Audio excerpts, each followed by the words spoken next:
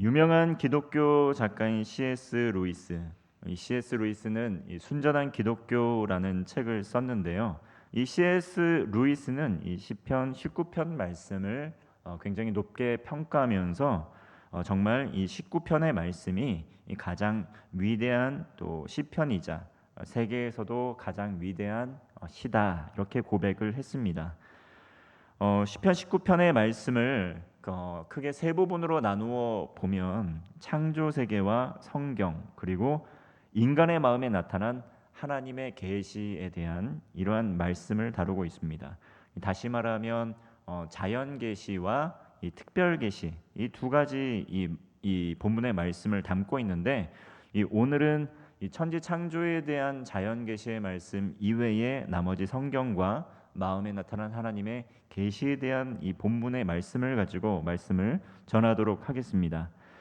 하나님께서 이 말씀을 우리에게 주셨는데 이 뜻을 이 밝게 알려주시는 계시의 수단으로 이 성경의 말씀을 주셨습니다. 그러므로 우리는 이 성경 말씀을 통해서 하나님이 어떠한 분이신지 또 우리를 향한 하나님의 뜻이 무엇인지 하나님께서 무슨 일을 하셨는지 우리는 알 수가 있는 것입니다. 먼저 자연을 한번 바라보면 어떻습니까? 이 자연 속에서 특별히 정말 우리를 압도하는 놀라운 광경을 놀라운 자연 환경을 우리가 바라보게 될 때 우리 마음 속에서도 정말 경외하는 마음, 경외심이 들게 되는 것을 우리는 알고 있습니다. 정말 놀라운 자연 풍광을 볼 때마다 우리는 정말 놀랍죠. 특별히 그리스도인들은 이 온 천지 이 만물을 하나님께서 지으셨다는 것 알고 있기 때문에 그러므로 이 자연을 볼 때마다 이 하나님의 놀라운 이 권능을 놀라운 이 능력을 위대하심을 우리는 감사하며 볼 수 있는 것입니다. 찬송가 79장을 보면 이러한 고백을 담은 이 하나님이 천지를 놀랍게 창조하신 하나님을 찬양하는 찬송이 나옵니다. 주 하나님 지으신 모든 세계입니다. 이 찬송은 우주 만물을 창조하신 창조주 하나님을 마음을 다해 목소리 높여 찬송하는 찬송가입니다. 이렇게 자연을 바라보면 자연 속에서도 창조주 되시는 하나님을 그 위대하심을 찬양하며 고백할 수 있습니다. 이것이 자연 계시입니다. 그러나 자연 속에서 이 하나님의 성품 또 창조 세계의 목적 정확하게 드러내고 아는 것 한계가 있다는 것이죠. 그래서 하나님께서는 하나님의 영감을 받은 사람들을 통해서 특별한 하나님의 말씀을 전해 주셨습니다. 그게 바로 이 성경입니다. 하나님의 뜻을 밝히 알려 주셨다는 것이죠. 하나님의 영감을 받은 사람들을 통해서 그 말씀이 우리에게 주어졌습니다. 이것이 바로 특별 계시입니다. 구약의 이스라엘은 하나님의 율법과 언약의 말씀을 받도록 특별히 하나님께서 먼저 선택해 주신 민족과 족속입니다. 이 이스라엘을 통해서 이 모든 땅끝까지 모든 백성들이 하나님의 말씀을 들을 수 있도록 그들을 축복의 통로로 먼저 불러주셨다는 것이죠. 먼저 하나님께서는 모세를 통해 특별히 시내산에서 하나님의 말씀을 주시고 모든 피조 세계는 또 하나님의 영광을 선포하고 있지만 이 성경의 말씀을 통해서 구체적으로 또 모세를 통해서 율법의 말씀을 통해서 하나님께서 지침과 가르침을 주셨습니다. 하나님께서 창조를 통해 행하신 일과 또 자연 계시 또 하나님께서 특별하게 주신 하나님의 말씀 사이에 간격이 있느냐? 그렇지 않습니다. 하나님께서는 온 세상에 행하신 일을 말씀을 통해 우리에게 알려주셨을 뿐이지 그 모든 것들은 충돌함이 없고 또 서로 일치한다는 것이죠. 그러므로 자연을 통해서 우리가 의구심을 가졌던 모든 것들 이 성경을 통해서 이게 하나님께서 특정한 목적을 가지고 하셨다라는 것을 우리는 알 수 있는 것이죠. 특별히 창세기 1장 1절 태초에 하나님이 천지를 창조하시니라. 이 하나님께서 천지를 창조하셨다라고 밝히고 있습니다. 말씀해주고 있습니다. 이렇게 하나님께서는 천지를 창조하실 때 말씀으로 세상을 창조하는 것을 우리는 성경 말씀을 통해 볼 수 있습니다. 하나님께서 또한 말씀을 통해 세상을 다스리고 통치할 수 있도록 하셨다는 것을 우리는 보았습니다. 볼 수 있습니다. 그리고 특별히 인간이 다른 짐승들, 다른 동물들과 특별하게 구별되는 점을 갖는 것은 하나님의 형상대로 하나님께서 남자와 여자를 창조하시고 정말 생육하고 번성하라는 그 명령을 주셨다는 것이죠. 그리고 영적 존재로 지어 주셨다는 것입니다. 그것이 이 온 세상에 있는 짐승들과 사람과 가장 근본적인 차이라는 것이죠. 왜 사람이 다른 짐승과는 다르게 존귀 여김을 받아야 됩니까? 존중되어야 합니까? 하나님의 형상대로 아름답게 보시기에 좋게 창조된 존재라고 성경에서는 분명히 말씀하고 있기 때문입니다. 오늘 본문 말씀, 이 하나님의 말씀은 완전하다 이렇게 시작을 합니다. 7절 말씀입니다. 여호와의 율법은 완전하여 영혼을 소성시키며 여호와의 증거는 확실하여 우둔한 자를 지혜롭게 하며. 오늘 시편 19편의 말씀은 다윗의 시라는 표제어를 갖고 있습니다. 다윗이 쓴 시편 말씀인데 다윗 역시 하나님의 영감을 받아 하나님의 뜻 가운데 하나님의 영으로 충만해서 고백을 하고 있는 것이죠. 다윗은 7절 말씀에서 여호와의 율법은 완전하다고 고백을 하고 있습니다. 이것은 선포이고 선언일 뿐만 아니라 삶에서도 완전하신 하나님의 말씀을 경험했습니다. 율법은 히브리어로 토라라고 합니다. 이것은 지시 또한 가르침 이것을 이야기하는데 유대인들은 특별히 이 율법 두루마리를 또한 토라라고 부릅니다. 이 단어는 화살을 쏘다 또 던지다라는 뜻의 단어에서 유래한 단어입니다. 예를 들어서 이 학교의 교사들은 학생들을 가르치게 될 때 아무런 목표 없이 아무런 목적 없이 가르치지 않습니다. 학교를 다니는 학생들은 성취해야 될 또 과제가 있다는 것이죠. 목표가 있습니다. 그래서 그 구체적인 목표를 달성하는 것을 염두에 두고 교육을 한다는 것이죠. 그러나 우리 학교에서 쓰는 이 교과서는 사람이 만든 것입니다. 오류가 있을 수 있다는 것이죠. 그런데 이 여호와의 율법, 정말 우리에게 어떤 특정한 목적을 가지고 주신 이 특별 계신 여호와의 율법의 말씀 어떻습니까? 완전하다라고 선포하고 있는 것이죠. 우리가 쓰고 있는, 우리가 읽는 교과서와 책과는 다르게 하나님의 율법의 말씀, 기록된 말씀은 흠이 없다, 완전하다 이렇게 고백을 하는 것입니다. 인간의 언어는 변하죠. 인간의 지혜와 지식도 변함이 있습니다. 나라마다 또 시대 상황에 따라 문화적인 배경 상황에 따라 이런 가치들은 계속해서 변화됩니다. 그렇기 때문에 이 하나님의 말씀을 그 시대 사람들이, 당대 사람들이 이해할 수 있도록 번역을 해야 하지만 그 하나님의 기록된 원래 본문의 메시지는 변할 수 없다는 것이죠. 결코 수정하거나 바꾸지 않아도 되는 완전한 하나님의 말씀이라는 것입니다. 이 여호와의 율법 완전한 말씀인데 이 율법을 가까이 하면 어떠한 유익이 있습니까? 영혼을 소생시킨다. 그렇죠? 율법은 완전하여 영혼을 소생시킨다라고 하고 있습니다. 다시 말하면 소생시키다, 죽어가는 생명이 살아난다는 것입니다. 새 생명을 얻게 된다는 말씀입니다. 이 주님의 말씀에는 생명의 능력이 있습니다. 하나님의 말씀은 기록된 문자로 되어 있지만 이게 그냥 글자가 아니라 그 글자는 하나님의 영이 그 글자를 통해 우리에게 역사하셔서 말씀에는 생명이 있고 말씀에는 능력이 있다는 것입니다.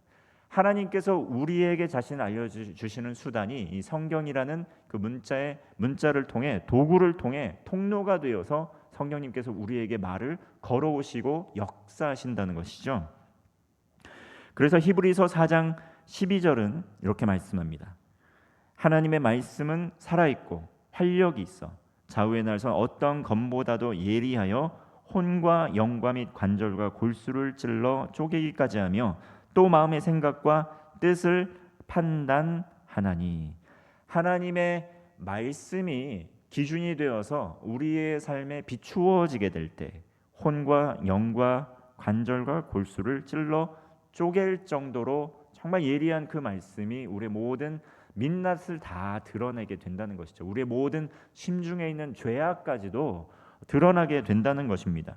또한 마음의 생각과 뜻이 판단되어 드러나게 된다는 것입니다. 하나님의 말씀은 죽어있는 기록된 문자로 된 것이 아니라 오늘도 이 말씀이라는 도구를 통해서 우리에게 성령님께서 역사하신다는 것이죠. 그러므로 하나님을 향한 믿음이 더 견고해지고 싶습니다.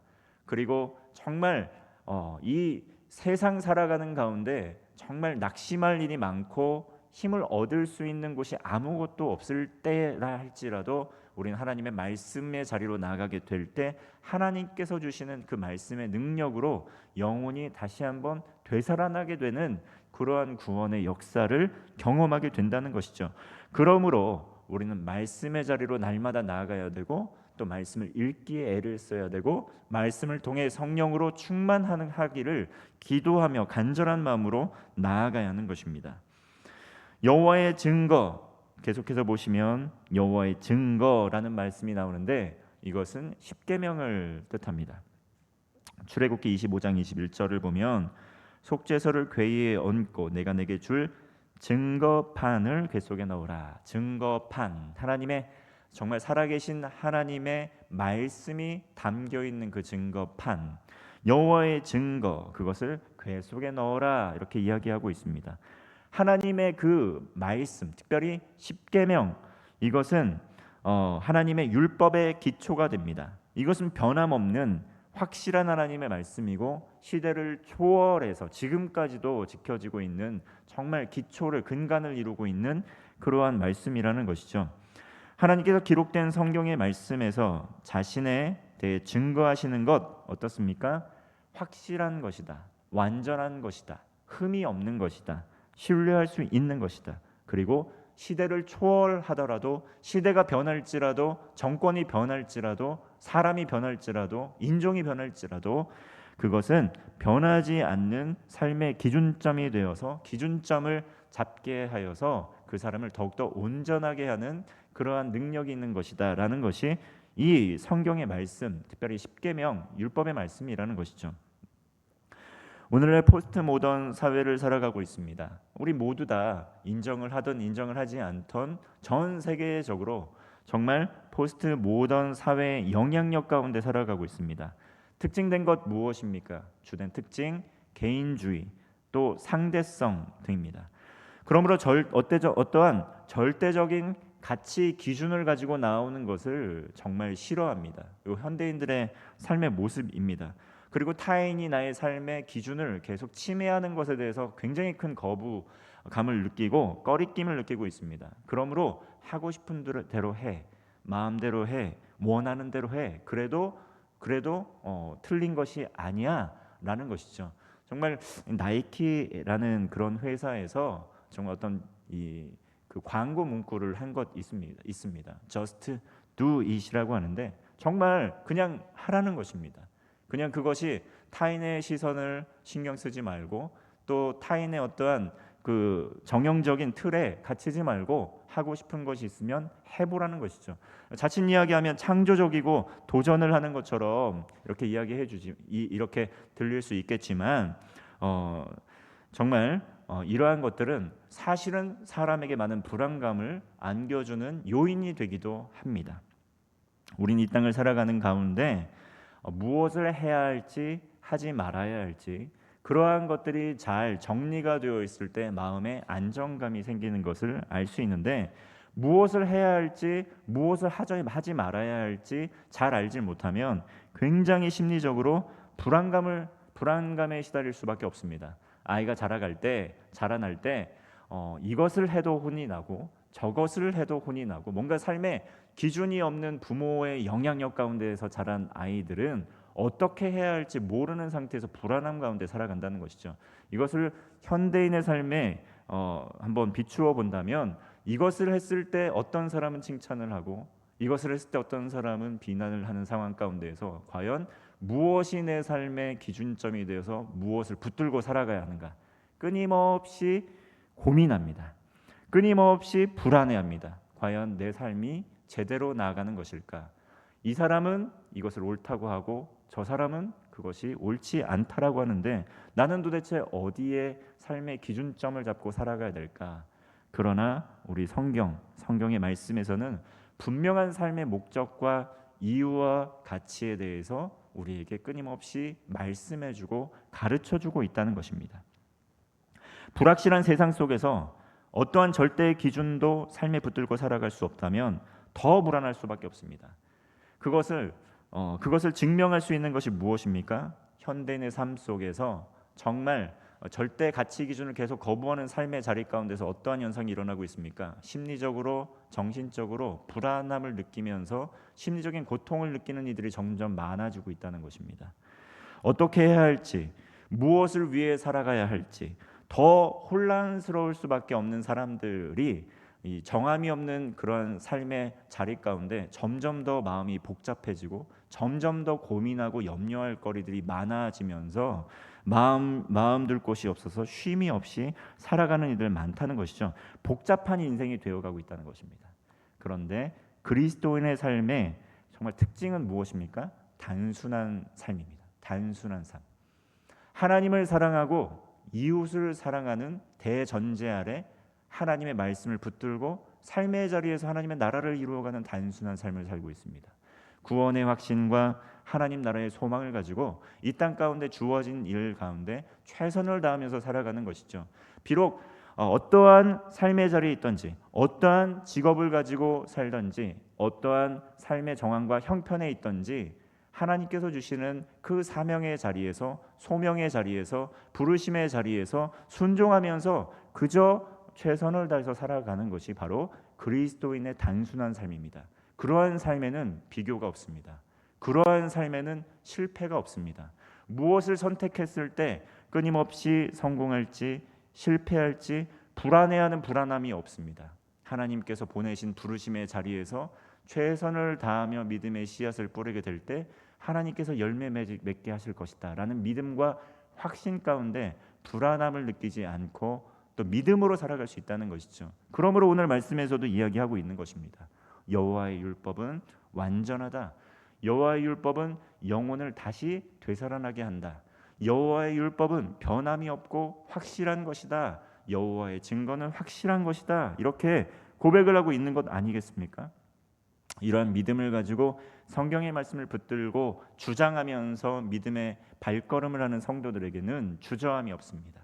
두려움이 없습니다. 두려워할 것이 있다면 여호와 하나님의 말씀을 두려워하는 그러한 두려움만 있을 뿐이라는 것이죠.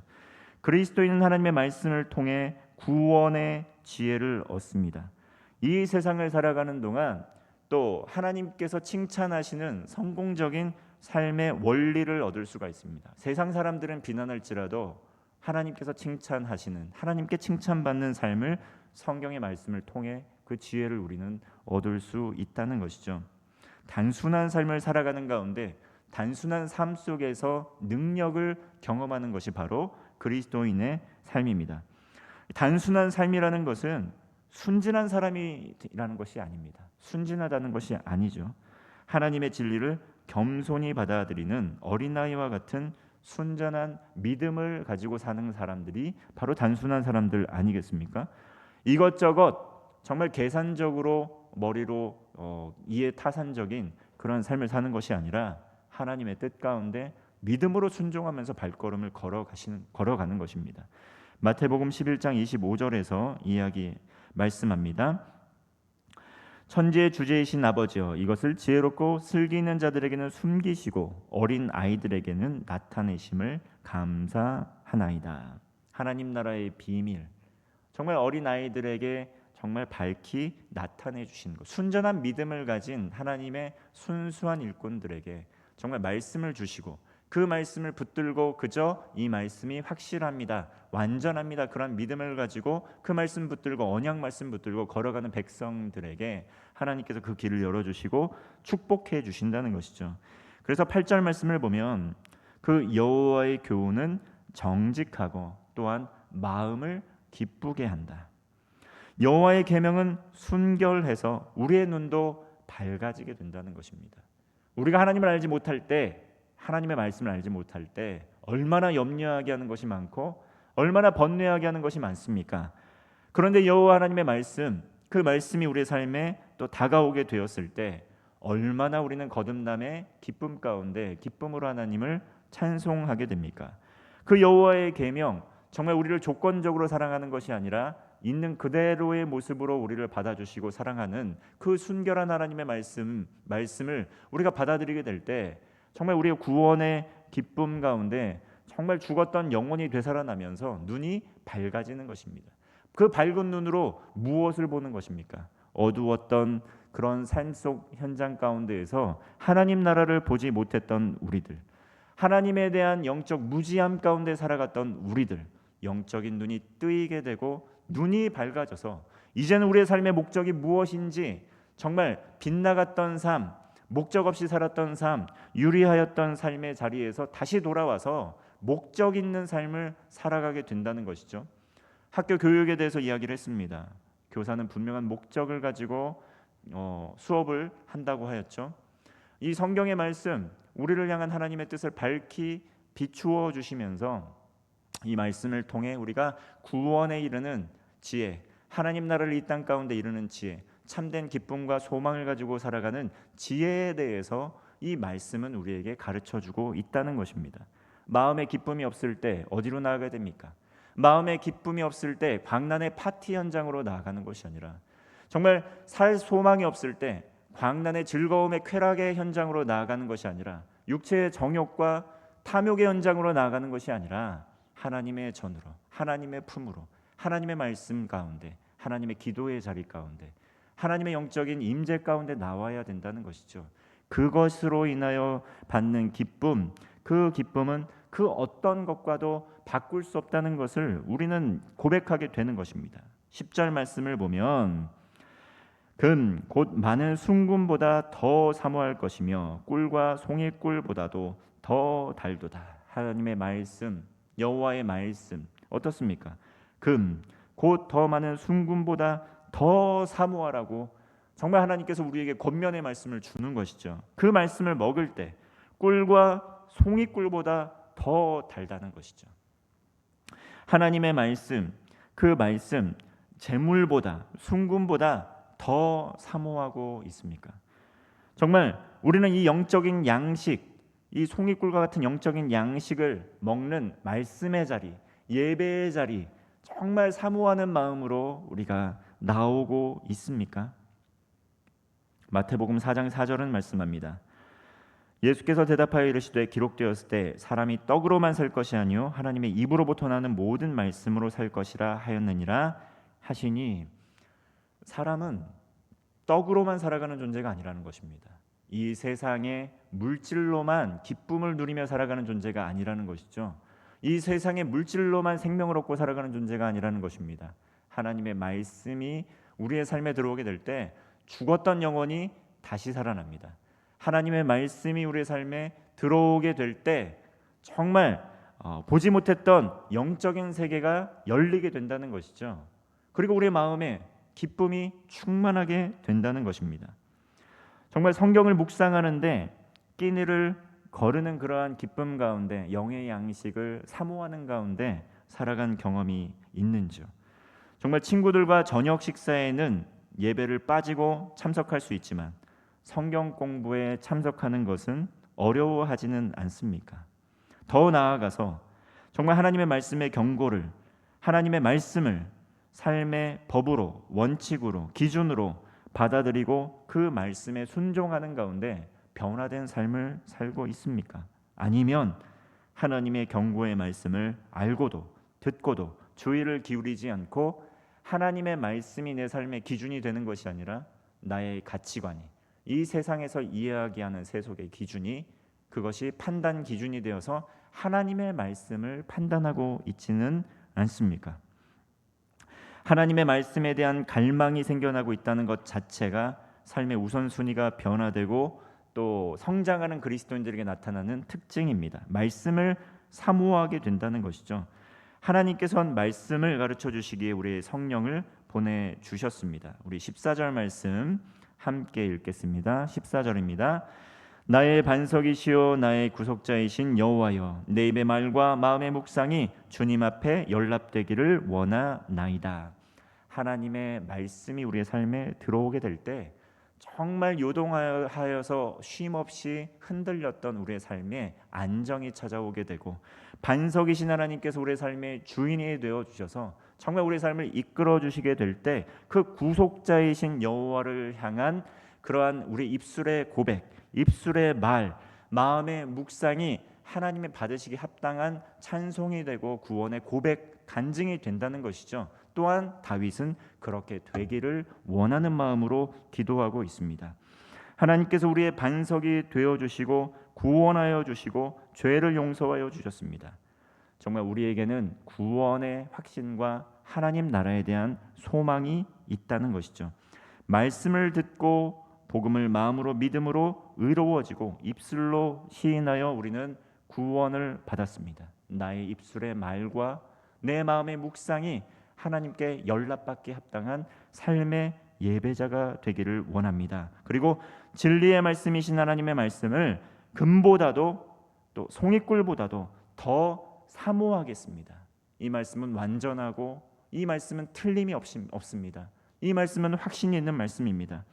그러한 하나님을 향한 입의 말과 마음의 묵상이 하나님을 기쁘시게 하는 영적 예배자로 살아가는 성도가 되시기를 주님의 이름으로 축원합니다. 기도하겠습니다.